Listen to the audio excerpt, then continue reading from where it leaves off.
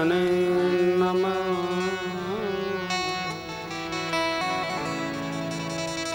श्री जानकी वल्लभो विजयते तरा। श्री राम कथा रसरसिक प्रभो शंभुनाथ हनुमान। प्रेम सहित आसन धरमु सुनहु कथा करूं। सियावर रामचंद्र भगवान की। गुरुर्ब्रह्मा गुरुर्विष्णु गुरुर्देवो महेश्वरः। गुरुः साक्षात् परब्रह्म तस्मै श्री गुरवे नमः। लोकाभिरामं रणरङ्गधीरं राजीवनेत्रं रघुवंशनाथं।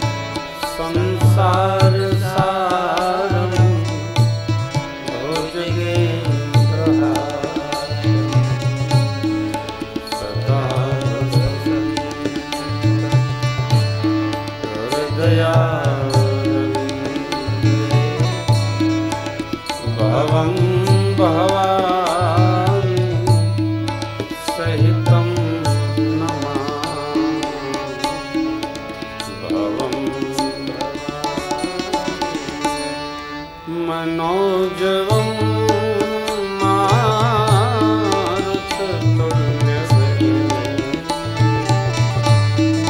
जितेन्द्रियं बुद्धिमतां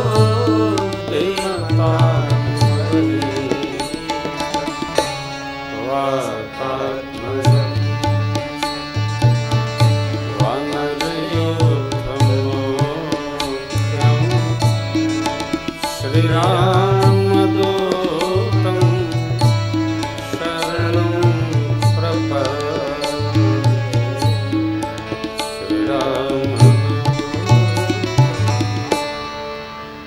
हम राम जी के राम जी हमारे। हम राम जी के राम जी हमारे।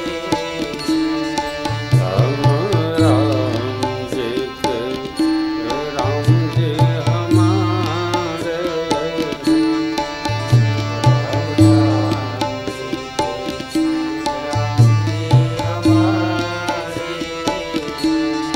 मेरे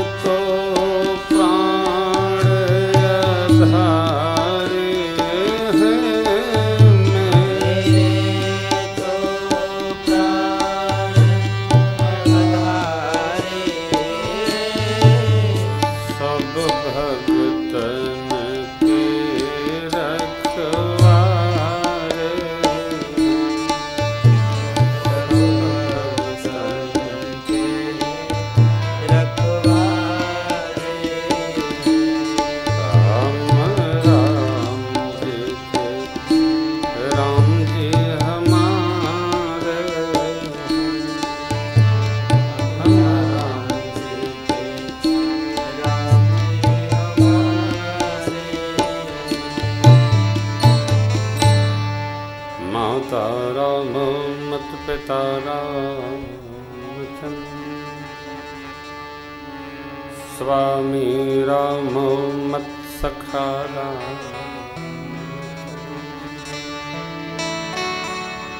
सर्वस्वं मे रामचंद्रो दयालु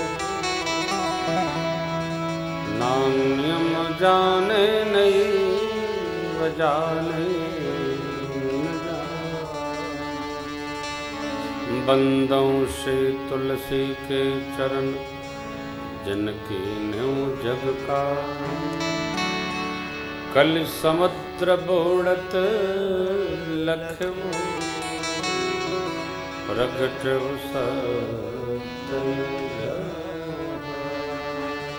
सिय राममय सब जग जानी करमो प्रणाम जोगी जोग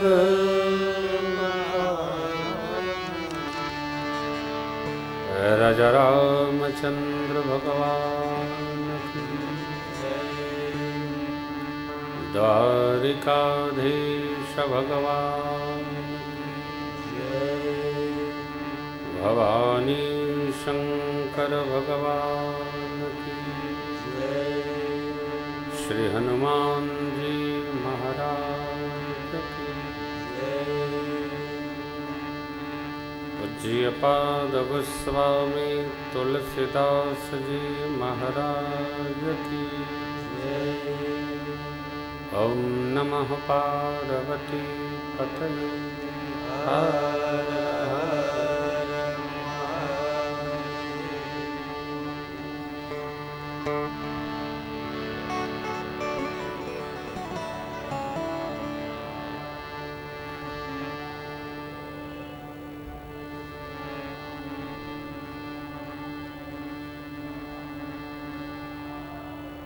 परिपूर्णतम परमात्मा अकारण करुणा वृणालय भगवान श्री राम को प्रणाम। शब्द हनुमान जी को साष्टांग बाबा को बारंबार प्रणाम।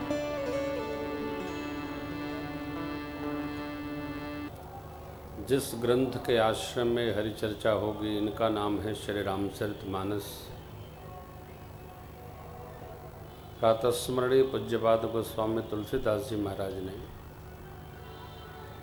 माँ अन्नपूर्णा और भगवान भूत भावन की कृपा से यह ग्रंथ हमको आपको प्रदान किया है।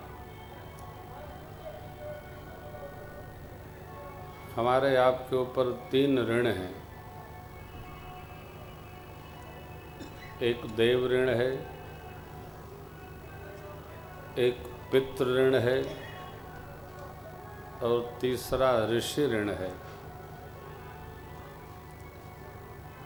भगवान की कथा गाने और सुनने से, गाने सुनने सुनाने से, हाँ हाँ भी करने से तीनों ऋणों से मुक्ति करा देती है। एक बार बहुत नहीं करना। भगवत कथा का संकल्प मन में आते ही पितृदेवता प्रसन्न हो जाते हैं। कथा प्रारंभ होते देवता प्रसन्न होते हैं। और जिन ग्रंथ के आश्रय में हम भगवत चर्चा करते हैं उनके ऋषि देव प्रसन्न हो जाते। हम आप सब सप्तऋषियों में एक न एक ऋषि की संतान है। मुझे किसी ने बताया कि ये गालव ऋषि की तपस्थली है ग्वालियर। अभी मूल में तो मैं गया नहीं, किसी ने यूं ही बताया। अध्ययन करूंगा मैं भी 9 दिन में, फिर आपसे उसका संवाद भी करूंगा, समझूंगा।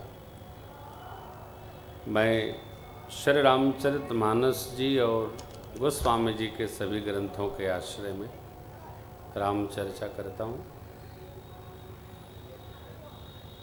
ग्वालियर के श्रोता अलौकिक हैं, अद्भुत हैं आप। क्योंकि मैं जब 2 दिन के लिए आया था तो मैंने अनुभव किया कि आप बिना समीक्षा किए भगवत कथा की प्रतीक्षा करते रहते। ये बड़ी अच्छी बात है। भगवान की कथा कलिकाल में मिल जाए और हमारा सुनने का मन बन जाए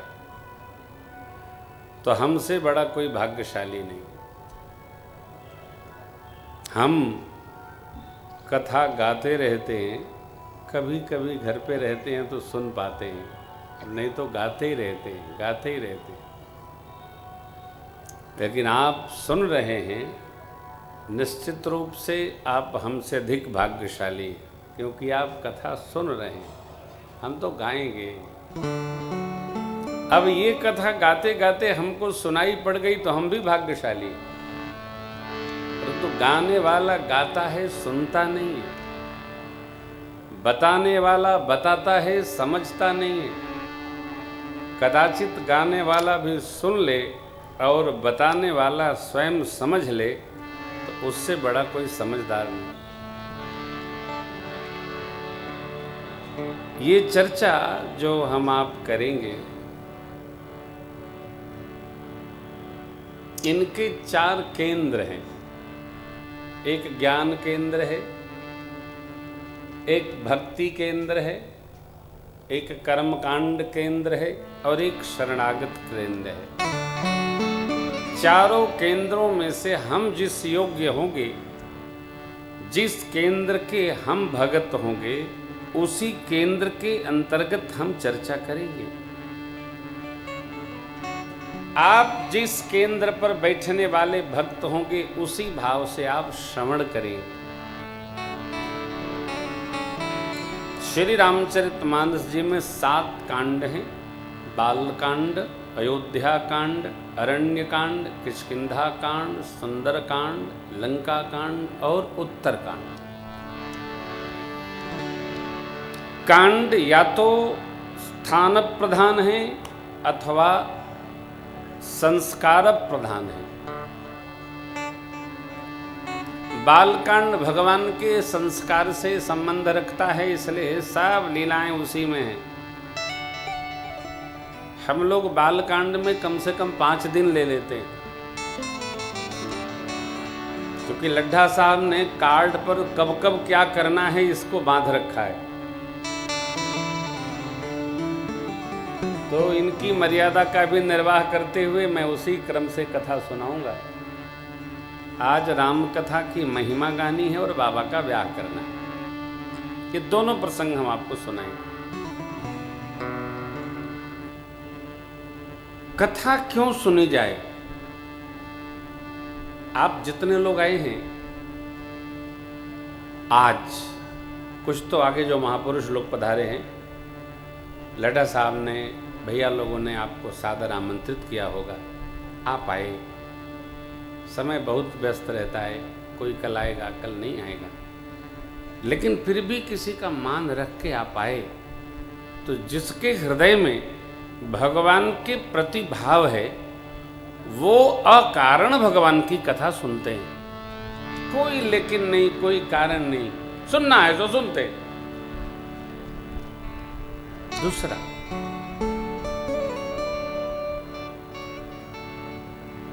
हम में से जो थोड़े समझदार लोग हैं, यह विचार करके कथा सुनते हैं, राम जी की कथा सुनने से मेरे राम जी की मर्यादा, उनका जीवन, उनका विहार, उनका व्यवहार हमारे जीवन में भी उतरेगा, हमारे परिवार के जीवन में भी उतरेगा।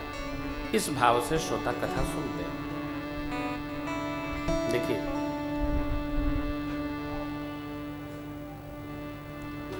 अब तीसरी बात जो कहने जा रहा हूं, मैं कहूंगा तो स्वाभिमान है और आपको सुनने में ये मेरा अभिमान लगेगा। एक ही बात, हम कहें कि हम नित्य गंगा नहाते हैं तो सुनने वाले को लगेगा कि ये नहाते हो तो क्या, फिर अभिमान क्यों? नहाते हो तो नहाओ, दूसरे को क्यों बताओगे? वस्तुतः राम कथा की अनेक परंपराएं भारत में, 4 परंपराओं की चर्चा हम आपके साथ करते हैं। हमारी जो परंपरा है वो गृहस्थ परंपरा है। एक क्रम है कथाकारों का, मैं स्मरण करूंगा बीच बीच में। और सभी महापुरुषों के अपने अपने कथा सुनने के श्रोता हैं। हमारी राम कथा का जो श्रोता है वो कथा सुनता है, गुनता है और अपने परिवार में रहने का अभ्यास करता है। इसलिए ये 3 मूल कारण है कि हम लोग कथा गाते भी हैं और सुनते भी हैं। ये कथा कहने की कथा नहीं है, ये रहने की कथा है। रहा जाए, थोड़ी कठिनाई होगी। आपको आश्चर्य होगा कि मुझे कल ही आना था,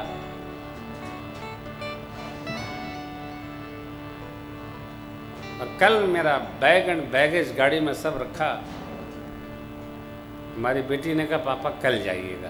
हमने कहा कल जाएंगे, चलो कल जाएंगे। क्यों? अब हम जब स्कूल चले जाएंगे तो आप जाइएगा। जब स्कूल चली गई तो हम पूजा वूजा किए, ठाकुर जी की ओर चले आए। ये क्या है? ये राम कथा है।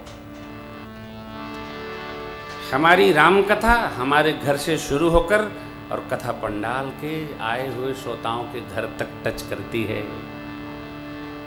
इसीलिए आप हमको सुनते हैं, हमको समझते हैं। हम न रोना पसंद करते हैं, न घर से रुला के आते। ये कथा मस्ती की कथा है, भक्ति परक युक्ति राम कथा। राम कथा क्या है? ये भक्ति परक युक्ति है। काहे की? जीने की औषधि है। रघुपति भगति सजीवनी मोरी। भगवान रघुनाथ जी की भक्ति संजीवनी बूटी है, जो करेगा जीवंत हो जाएगा। भक्ति ने कभी डराया नहीं। भगत को डरना भी नहीं चाहिए। आनंद वर्णानाम अर्थ संघानाम से लेकर दह्यन्ति नो मानवा तक